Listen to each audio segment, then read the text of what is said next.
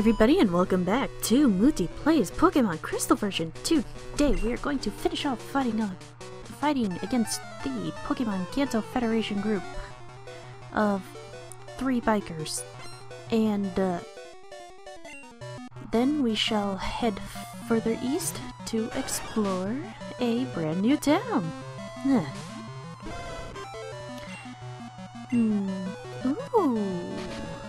On the way to level 49. That means that Luke is getting close to the level I desire for him to learn Flamethrower.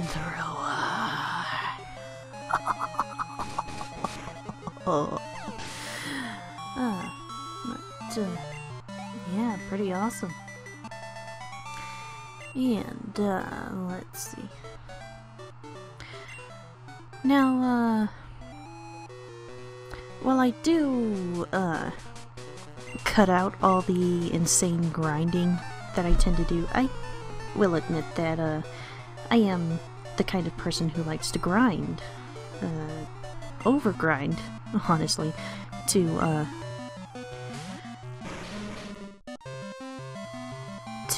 reach the level that I think would be appropriate to give me more of an edge when it comes to facing bosses. And while I continue to keep up that trend when I play Pokemon, one thing that makes me really sad is that the newer games seem to be doing away with things like the Pokemon contest, which I really liked, not just for providing something more female-centered, I suppose you would call it, to drive in the female audience, or whatever you want to call it, but it also gave me another reason to grind my Pokemon to certain levels that weren't pure grind, that wasn't grinding for the sake of power. I was starting to grind and breed so that I could get Pokemon with specific natures, because those specific natures liked the sort of Poffins that I wanted to feed it, or Pokeblocks, though I didn't do much of that insane egg breeding stuff back then. But feeding it the Poffins, it would need to be fed in order to do well in the first round of the Pokemon contest. And, well, I'll try to hold back on talking about it because it's not a Pokemon game right now. Playing Fire Emblem Awakening is really opened my eyes to why I can lose so much time grinding my Pokemon away, or for breeding purposes. It's that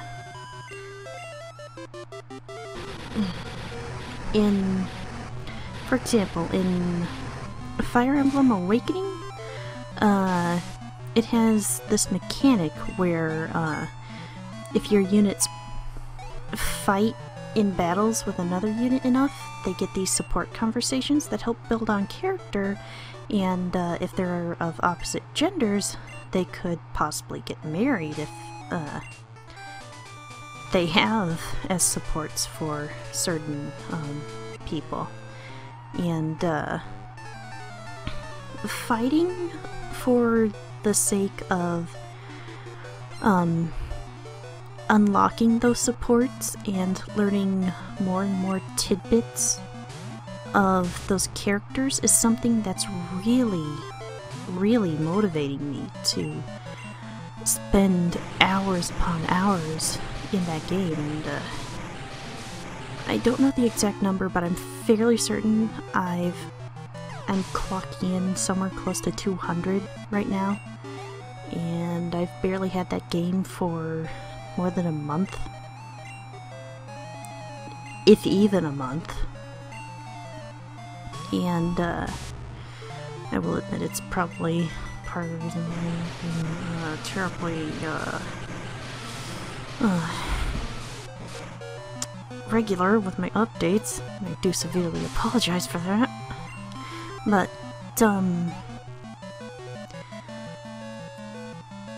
as I said, it really opened my eyes to, why I can get so passionate about grinding in certain places. When it's grinding for the sake of power, like it has become in more recent Pokemon titles, I get bored with it, and I just want to leave and go do something else. But when it's grinding for the sake of building relationships between people, or just making my Pokemon look pretty, it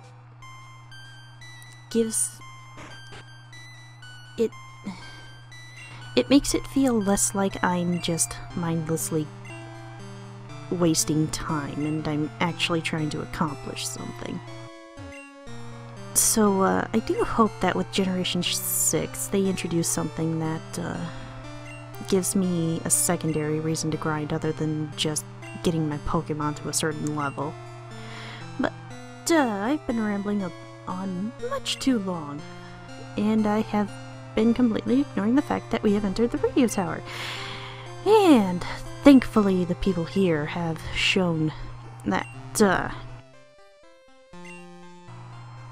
they are actually learning from what's going on in the world by stepping up their security to only letting tourists around on the first floor, which, again, I'm quite frankly baffled as to why a radio station would allow people in places where they are doing their frickin' radio shows while they're doing the radio shows. But, interesting history about Lavender Town. It is the town where Graveyard, the region's graveyard, is, and in the first generation, it was an entire tower of graves, located right about where the radio tower is right now. But the grave part of the tower moved, and not sure where all the ghosts went. Oh, right, Sprout Tower.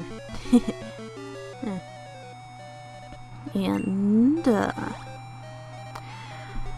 it also housed a bit of plot for the first generation games. Basically, there was a ghost where you had to go to where you had to beat Team Rocket over in Celadon City to get this item called a Sylph Scope, which would let you see the true forms of ghosts.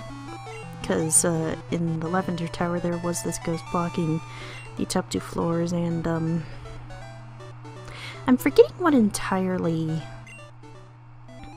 was in the top 2 floors right now. Some guy, did he give you a thing? I think he gave you a thing, I just don't remember what it is. But, yeah. And, let's see, ghost type Pokemon. Well, first generation, nothing that really special. Second generation, isn't mischievous. But, she does get, pretty good, evolution, later on, I'll say. And, let's see, Gen 3. I didn't get much reason to grow attached to it in Gen 3 specifically, but with the Gen 4 contests, or was it the Gen 4 contest? Was I just trying to emulate something that I was doing in Gen 3? But anyways, Shuppet became one of my more favorite Pokemon to use for a tough contest, and let's see. And I believe it was Curse and some other move. I would use one move to send myself to the end of the rotation, and then I would use Curse because I think it was Curse because that move got max appeal if I did it last. And that was one thing that really got me attached to Shuppet. And oh, in Gen 4 also, I ran into one with a Frisk ability, and that was when I first encountered it. I wasn't paying attention to the text, so when the text said something about the item that my Pokemon was holding, I was like, whoa, what the fuck, what are you doing? No, no, no. So I caught that Bayonet, actually, Evolve of Shuppet, and named it Frisky, I think. I forget if it was when I caught it or later, but I caught it because I thought it had stolen my item, and turns out it didn't, and that's when I learned what the Frisk ability was. So, yeah. And, I will say, Frisk is a very useful ability if you are going to wild Pokemon and trying to steal an item off a wild Pokemon because you need the item. Which, reminds me, one thing I will compliment the first generation on is the ability to buy evolutionary stones at a store with Poké-Dollars instead of points or battle points or whatever non-standard currency you want to tell me that I can't exchange my Poké-Dollars for. But yeah, I miss that convenience. And hello, PK Moody? It's your buddy Erwin. PK Moody, I heard you're kicking up a mighty ruckus over in Kanto. What a glorious rampage it must be. You so rock. I hate having to hang up on you. Call you later. Oh my, Erwin, you are such a card. I love you. But, yeah, in the later generations, it is kind of growing into a pain to obtain evolutionary stones. Like, you could find a certain amount up to the point of,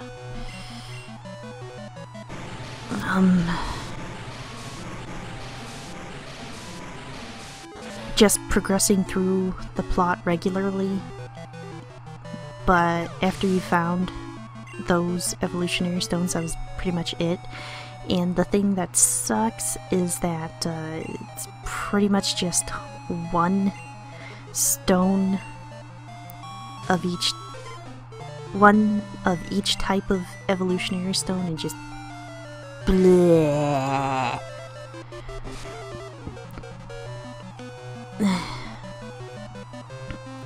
it is it especially gets in the way if you are someone who is really adamant about completing the national dex, which I will admit I kind of cheated back in Gen 4 to hack a complete Pokédex, but I only did that because you couldn't ask for something on the GTS unless you had already seen it, and to someone who prefers that number next to the word Pokédex, meaning the amount of Pokemon you've caught as compared to the amount of Pokemon you've seen, but that just doesn't make sense in the context of my argument. But it's just, I grew up in the days where the catchphrase of the show was "gotta catch 'em all," and it's still, while I don't care as much about it, I still try to care enough that I want to raise each and every individual Pokemon from stage 1 to its final form on each and every new gen game that I get, so that I can at least have the complete national dex. And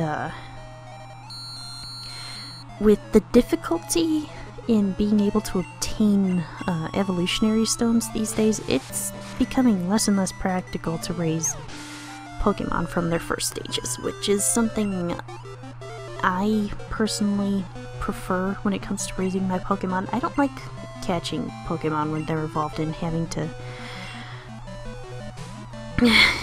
breed a baby just so that I can get the baby on my Pokedex. I want to catch the first form and then raise it all the way up to its adulthood stages.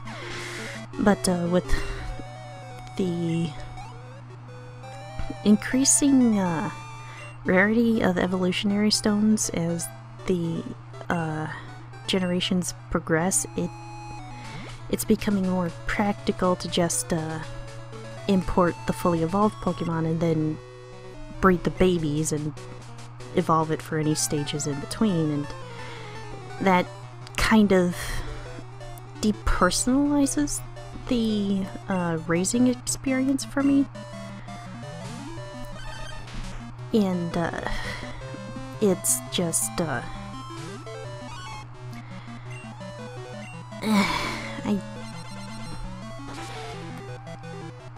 Well, I will admit that the first few generations are lower on my tier of which ones I like. I will admit the newer ones are having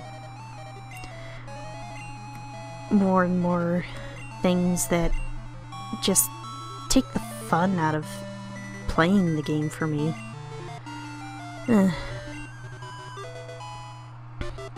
So again, I do hope that Gen 6 introduces something to bring back the fun of personally raising each and every Pokemon so that I can complete the national dex again. I miss such things, like,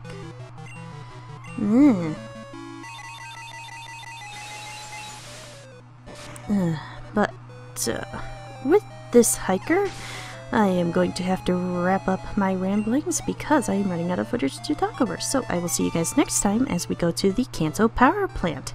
See you guys then!